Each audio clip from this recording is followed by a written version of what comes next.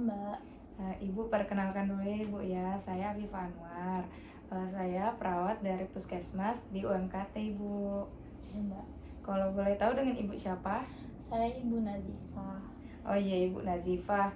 Ibu Nazifah kemarin sudah kunjungan ke Puskesmas kami ya? Iya, Baik Ibu, jadi tujuan saya di sini adalah untuk melakukan kunjungan rumah dan konseling tentang masalah yang Ibu keluhkan kemarin, yaitu obesitas ya Bu ya, Ya. anak Ibu ya. Baik Ibu, waktunya kurang lebih sekitar 10-15 menit ya Ibu ya. Iya Mbak.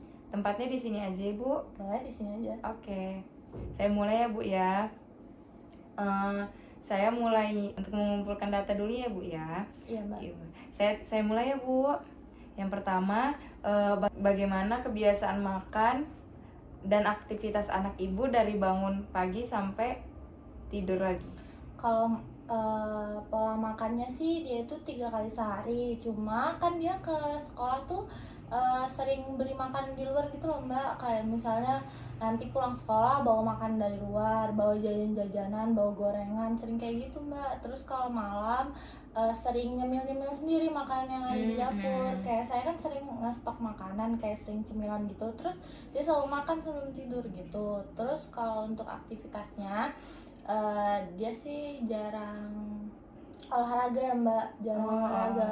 Terus kalau kemana-mana selalu diantar, nggak pernah kayak, karena sekolahnya juga jauh sih, jadi harus diantar emang. Jadi jarang dia jalan kaki atau kemana-mana sendiri. Baik, Ibu untuk makanan yang disukai atau tidak disukai dari anak Ibu apa ya? Kalau dia tuh nggak ada yang dia nggak suka Mbak, kayaknya semua dia suka tuh. Nggak ada pantangan Nggak makanannya ada ya? pantangan juga, nggak ada alergi juga, jadi dia bisa makan semuanya gitu Mbak. Oh, Ibu juga tidak ada membatasi atau gimana-gimana ya? Baik, pertanyaan selanjutnya, menurut Ibu kebiasaan makan anak Ibu ini perlu diubah atau tidak? Menurut saya sih harus diubah ya Mbak, karena kemarin saya ke puskesmas itu udah dibilang kalau misalnya anak saya obesitas, jadinya menurut saya harus diubah pola makannya. Kalau menurut Ibu, apa yang perlu diubah? Pola makannya? Maksudnya makannya dari yang kayak gimana? Dari yang dia bebas makannya, makan apa aja, kan dia tuh nggak ada batasan untuk makan, harus diubah ke makan-makan yang sehat gitu Mbak. Oh iya. Betul ya Ibu ya, seperti apa yang Ibu sampaikan barusan, itu pola makan anak Ibu itu harus diubah. Terus itu juga bisa dilakukan diet pada anak ya Ibu ya.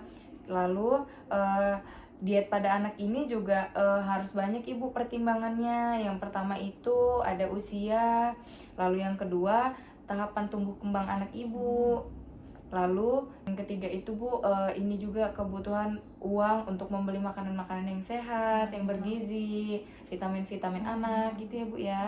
Lalu yang tadi itu juga budaya orang gendut. Jadi kita harus mempertimbangkan apa pandangan orang terhadap orang yang obesitas. Baik Ibu, kalau untuk dari saya rekomendasi dietnya itu Ibu juga yang pertama itu harus mempertimbangkan apakah sebenarnya anak Ibu ini betul-betul obesitas atau tidak. Itu biasanya kalau untuk pada orang dewasa itu diukur IMT-nya Ibu ya. Kalau untuk anak Ibu mungkin Ibu bisa bawa ke ahli gizi untuk dicek ya Bu ya, apa benar-benar kekurangan gizi atau sebenarnya pas aja. Lalu yang kedua itu Ibu harus memulai dietnya secara pelan-pelan ya Ibu ya. Ibu tidak bisa kayak langsung nggak boleh makan ini, nggak boleh makan ini. Ibu harus pelan-pelan ubah, dikasih tahu pelan-pelan. Nah terus juga diajarkan ini bukan untuk menurunkan berat badan, tapi mengubah pola makan anak Ibu ini untuk menjadi lebih sehat lagi.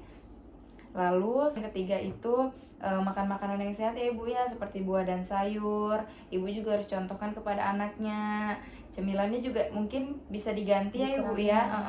Diganti jadi makan-makan buah mungkin ya. Jangan makan-makan yang tidak sehat terus ya. Oke, lalu yang selanjutnya juga ini Bu, olahraganya dipantau, atau Ibu juga bisa mungkin di hari Minggu olahraga bersama-sama, atau pada saat sore hari bisa juga Ibu jogging sekeluarga kan. Jadi Ibu juga mencontohkan yang baik kepada anaknya. Olahraganya itu bisa minimal 1 jam ya Bu ya. Sehari. Nggak juga sih Bu, sebisanya anak ibunya aja kalau nggak. Tapi ya seminggu itu minimal itu Bu ada sekali lah Bu ya olahraga, supaya lebih sehat anaknya. Lalu Ibu yang terakhir itu jangan makan makanan obat diet ya Ibu ya. Itu nggak boleh, mending Ibu bawa ke yang lebih paham. Baik Ibu, kalau begitu Ibu tadi sudah paham ya Ibu ya. Tadi juga saya sudah memberikan rekomendasi diet, Ibu juga sudah paham bagaimana pola-pola yang harus diberikan kepada anak Ibu.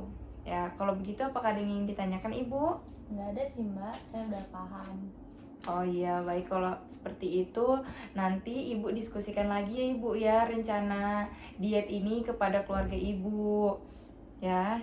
Lalu Ibu juga bisa catat semua makanan yang anak Ibu makan selama 24 jam Ibu ya. Oh, jadi saya harus catat apapun yang dia makan. Iya, jadi bisa dikontrol ya Ibu ya. Apa yang perlu dikurangi, apa yang perlu diganti, seperti itu. Jadi selama kita berdiskusi tadi, apakah menurut Ibu tujuannya udah tercapai Ibu? Menurut saya sih sudah tercapai ya Mbak, karena saya udah tahu saya harus gimana ke anak saya, apa aja pola makan yang harus diubah, aktivitas dia yang harus diubah.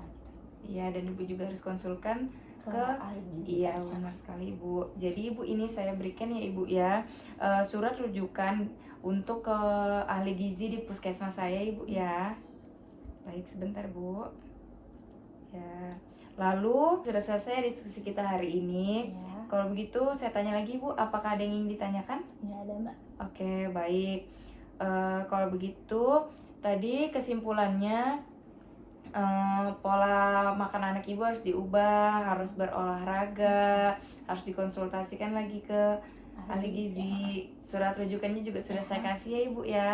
Baik, kalau begitu kalau tidak ada yang ingin ditanyakan lagi, saya pamit ya Ibu ya. Ya Mbak. Baik Ibu, semoga anak Ibu sehat-sehat terus ya Ibu ya.